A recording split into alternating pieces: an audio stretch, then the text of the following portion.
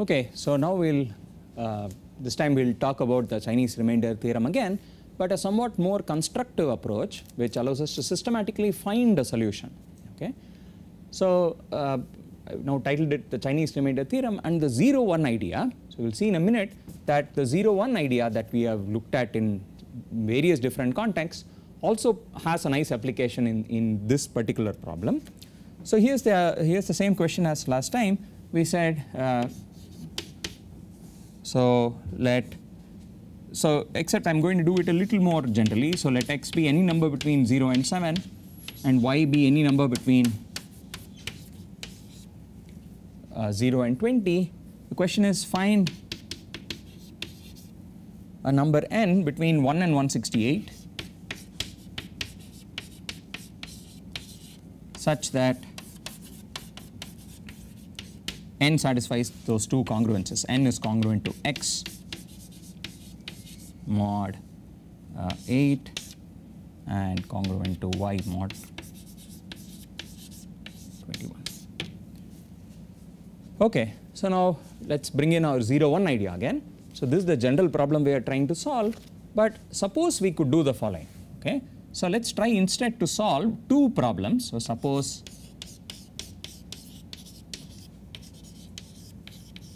we could solve, well, problem 1, which is I can find a n which is congruent to 1 mod 8 and 0 mod 21. Okay, and so let me say, suppose I knew how to solve this, and let me call that solution as n1. So call this solution as n1. Okay, so similarly, let's say we can solve a second problem as well, which is the congruence n congruent to 0 mod 8 and 1 mod 21 now. Okay, and let's call, again as I'm saying, let me assume I can solve this. So let me call this solution as n2. Okay, so suppose we could do these two problems, then the general problem is very easy to solve. Okay, so let's see why. Then consider, how do you solve the general problem? Consider the following choice of n: x times n1 plus y times n2. Okay, it's define n to be this, and observe that what do you get when you look at the remainder of n? What is n congruent to modulo 8? That's really the question. So observe n1 and n2. So what are they congruent to mod 8? n1 is congruent to 1 mod 8 by construction. n2 is congruent to 0 mod 8. So n will turn out to be congruent to x times 1 plus y times 0 mod 8.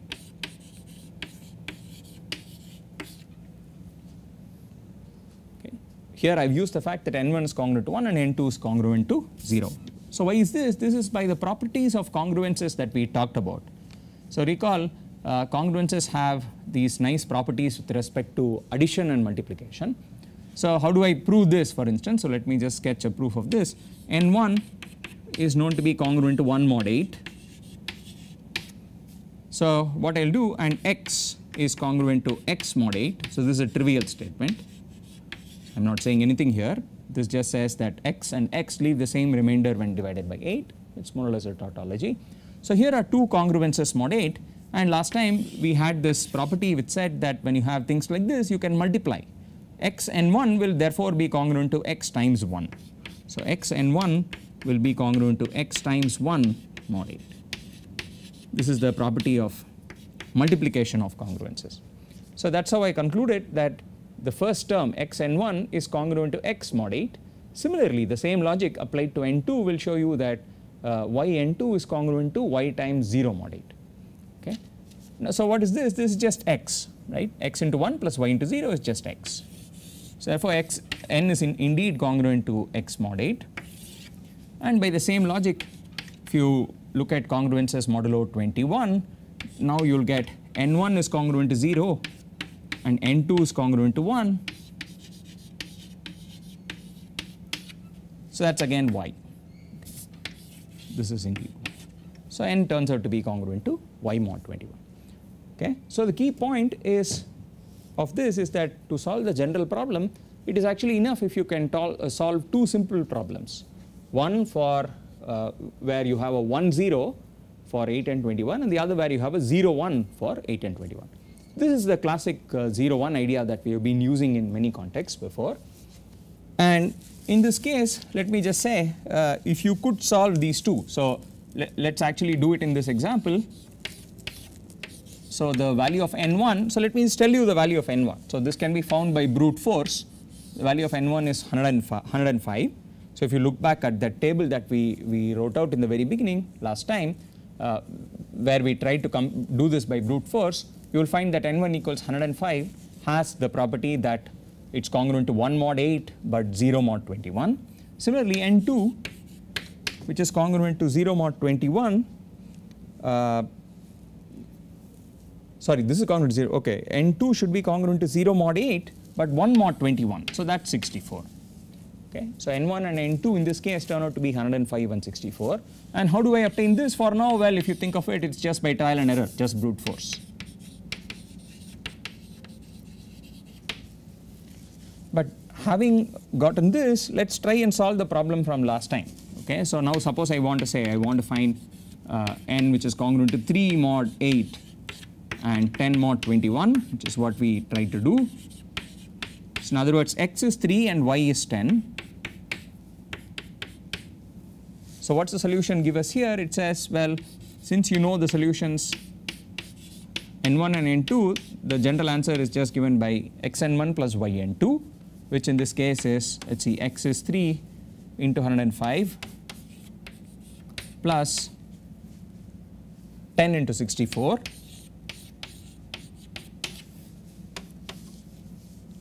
Which turns out to be 955.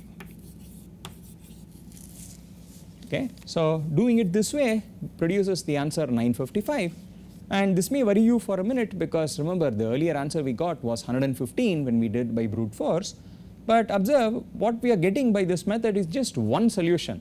Okay. So we are not necessarily getting the smallest natural number which solves this problem. All you are getting is some natural number, or it could even be an integer if if we take negatives here. All you're getting is some integer which satisfies the system of simultaneous congruences.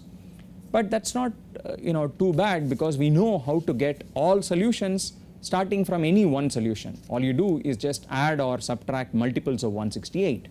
Okay? So if instead of any one solution you wanted maybe the smallest natural number which satisfies this guy, these two congruences, all you do is you just take 955, subtract out appropriate multiples of 168 and see what you get. So in other words, you find the remainder that you get when you divide 955 by 168. Okay, and you'll find that when you divide 955 by 168, so 840 is 168 times 5, and so this is exactly 115 more than that. So 955 is in fact the same thing as 115 modulo 168. Okay, so here's the smallest natural number solution, just 115. So here's a second approach which allows us to solve the same problem, but still this requires one brute force step, right? How do you find n1 and n2? You now have two problems to solve, and if you are finally going to solve both of them by trial and error, this seems like it's actually more work than just trying to do brute force directly on the original set of congruences. Okay, so this approach is useful only if you can have a more systematic way of solving for n1 and n2, okay, without using a trial and error thing. So that's the approach I will describe next. So what we want is the following thing. We need a systematic or more algorithmic approach. Systematic approach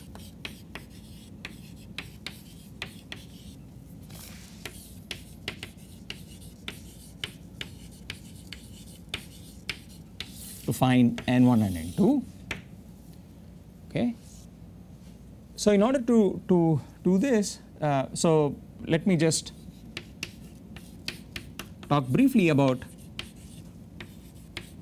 something called the Euclidean algorithm, which may be familiar to you. So what does a Euclidean algorithm do? So let's just do it by example. So given two numbers, it finds their greatest common divisor. Okay, so that's the point of the Euclidean algorithm. So given two natural numbers, if you wish A and B, it's an algorithm which finds the greatest common divisor, the GCD of A and B. Okay, so what does the greatest common divisor mean? It just means, well, you do the following: you take all natural numbers n which divide A and which divide B. Okay, so such a thing would be called a common divisor. Numbers which are factors of both A and B, and amongst the numbers in this set you find the maximum. So it's a maximum number in this set of n such that n divides A and n divides B. That maximum element is what's called the greatest common divisor of these two numbers A and B. Okay. So now the Euclidean algorithm, so let's apply it to the two numbers 8 and 21 that we started out with. So recall 8 and 21 have no common factors. So we already said that before. In other words, there are no common divisors. So 8 and 21, if you look at what the common divisors are, well, you'll only get 1. The number 1 of course divides everything. So 1 will divide 8, 1 divides 21, but other than that there aren't any other numbers n. Okay. So the GCD of 8 and 21 is 1. So sometimes we express this by saying they are relatively prime. So now what does the Euclidean algorithm do? Okay. Given the numbers 21 and 8, and suppose you did not know to start with that they were relatively prime. Okay. You want to find their GCD. In general, given two numbers, how do you find their GCD? So here's what the algorithm says. You perform a set of successive divisions. So look at 21 and you divide 21 by 8 and find the remainder. Okay. So 21, I divide 21 by 8. Let's see, what do I get? 8 2s are 16 and I get a remainder of 5.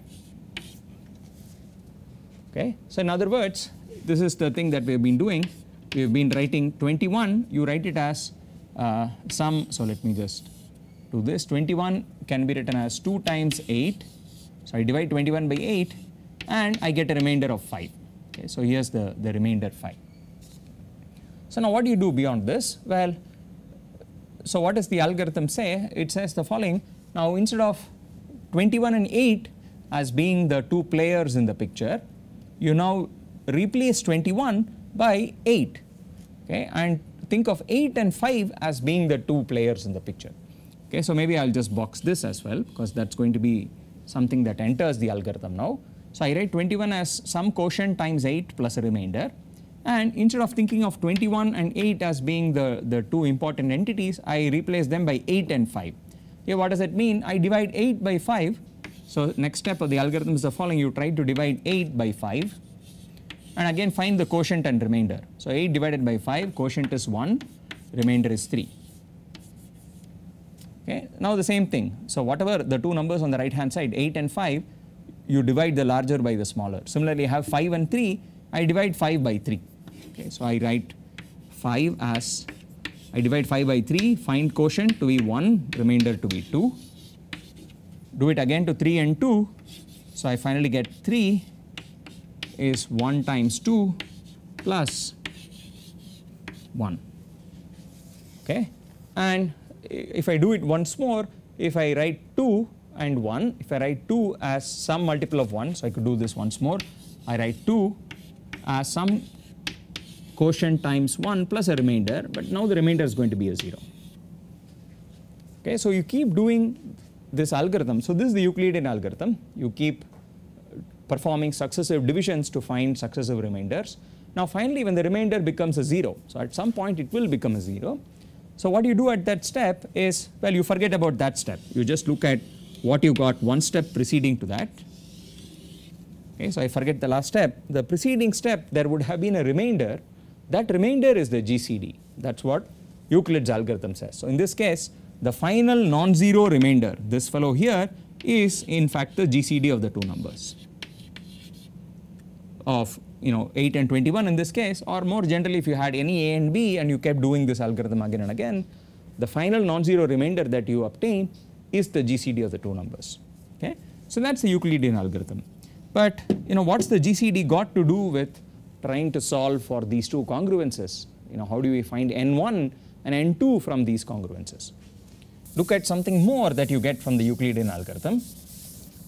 So you should think of the Euclidean algorithm as being a set of 4 such equations for this particular example. Okay, there are 4 equations. Now the final equation which says that the GCD is a 1. So let me sort of read these 4 equations but from bottom to top. Okay, so I turn the sequence around. I start from the end. Okay, so I will write 1, that was the last remainder, as well, what is it? It's 3 minus 1 times 2. Okay, so I'm going to write the remainder alone on the right. So I've now written 1 in terms of 3 and 2. Okay, so again now I mean recall I'm trying to do this in reverse. So 2 I will now replace with, so instead of having 3 and 2 I will try and write things in terms of 5 and 3. Okay, those were the 2 players in the one preceding step. And in going further I will replace 5 and 3 by 8 and 5. Okay, so I want to keep replacing the 2 active numbers by what was active one step preceding to that. So what will I do? I will write this as 3 minus 1 times. So I will read my equation, the one preceding equation said that 2, okay, so maybe I should just, maybe I will do it on this board. Okay, where it's easier to also see the original sets of equations. So I start from the last equation. I write this as 1 equals 3 minus 1 times 2. And so going one step further, the 2 I will write as 5 minus 1 times 3. Okay, so this would be written going equal to here. The 3 I will leave as it is minus this 2 I will write as 5 minus 1 times 3. Okay, or 5 minus 3. So this expression, let me simplify a little bit. What's this? This is 3 plus 3, so it's 2 times 3 minus 5. Okay, so now I have written the 1, the final GCD, in terms of 3 and 5.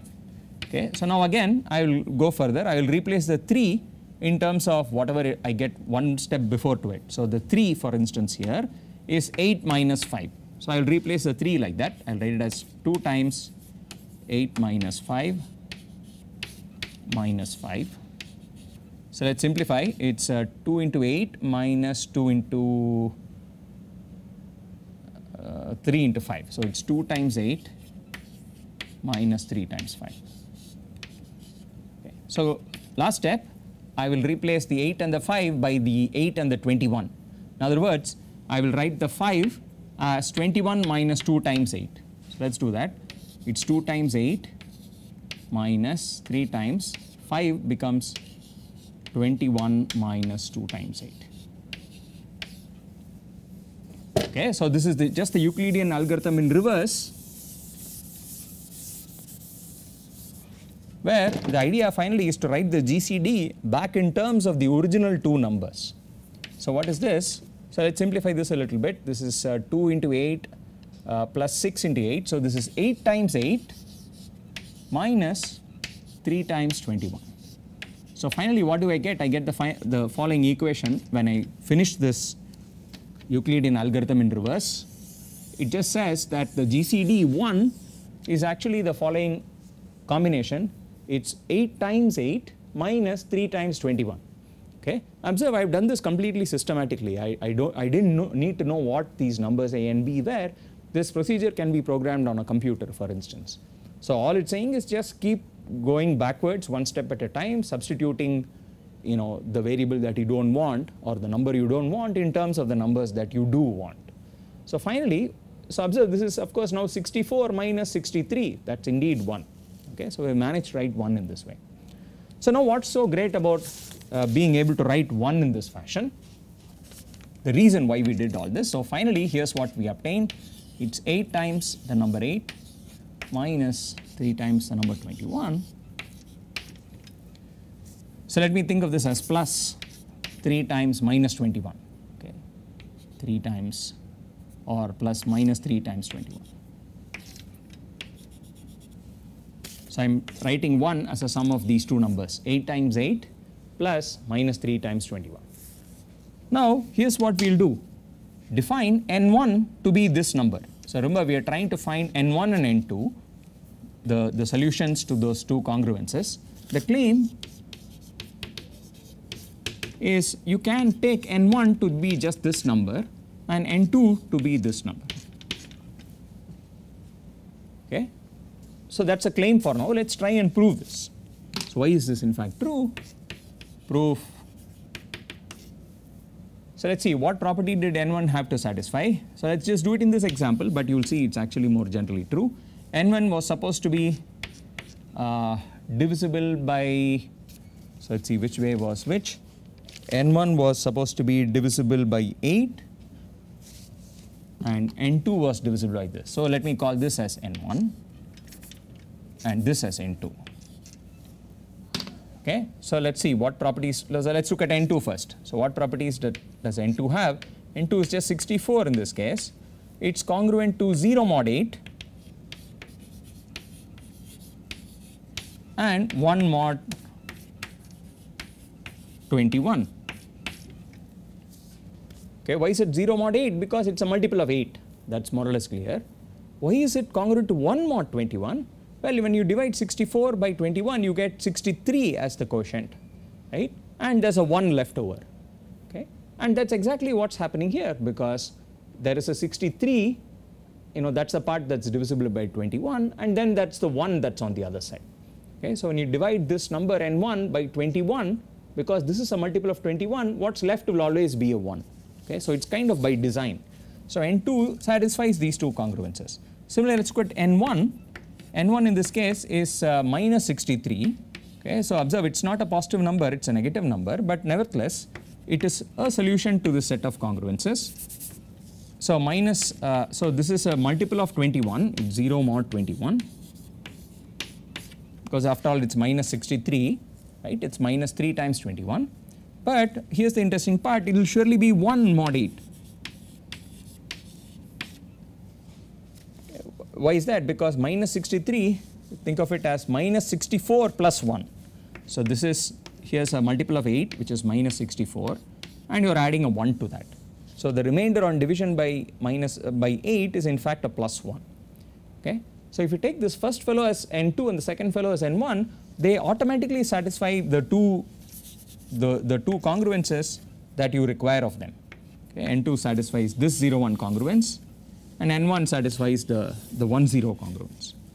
And this is a general fact, no matter which a and b you start with, provided instead of 8 and 21 you start with any two relatively prime numbers, things which don't have a common factor, perform the Euclidean algorithm on them, you finally obtain the GCD, you run the Euclidean algorithm in reverse to obtain an expression where the GCD1 is written as some multiple of the number a plus some multiple of the number b.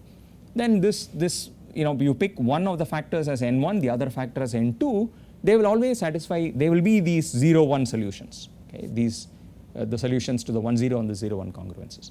This is a completely general fact and a completely systematic way of finding the solutions n1 and n2. So now in this case, what are the two solutions?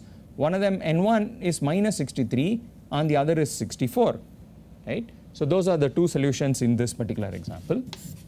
Now these solutions from before, so these two things were things we found by trial and error. Now here's solutions which we are going to find by our systematic procedure, the Euclidean algorithm approach. So here's the Euclidean algorithm provided solutions. The Euclidean algorithm says n1 is the number minus 63 and n2 is the number 64. Okay, this is what the Euclidean algorithm gives.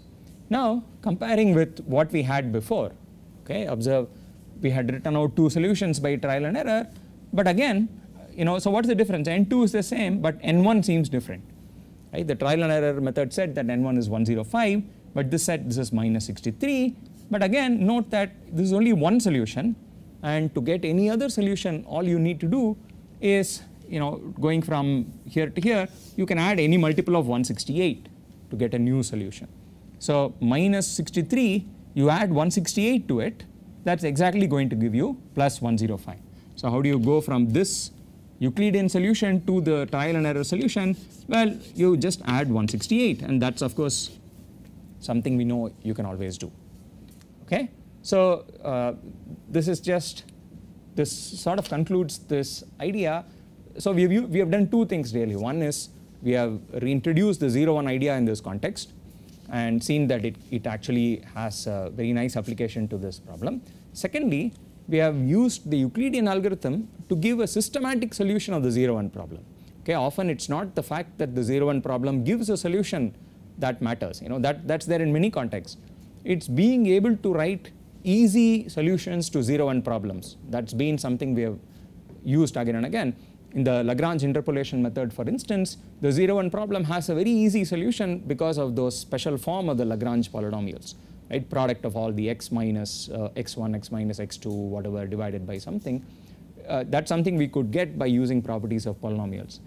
In the example, when we talked about 3-dimensional vectors and the 0-1 idea, we were able to solve the 0-1 problem more or less by using the cross product of vectors. Okay? So the cross product came in handy there and allowed us to give quick solutions of the 0-1 problem. Here, the solution of the 0-1 problem comes through the Euclidean algorithm. Okay? And you need to do whatever we said, run it in reverse to do this, and then you're done. In one step, you get the 0-1 problem. So all of this, for instance, can be programmed on a computer in a completely systematic fashion and won't require any guessing or trial and error.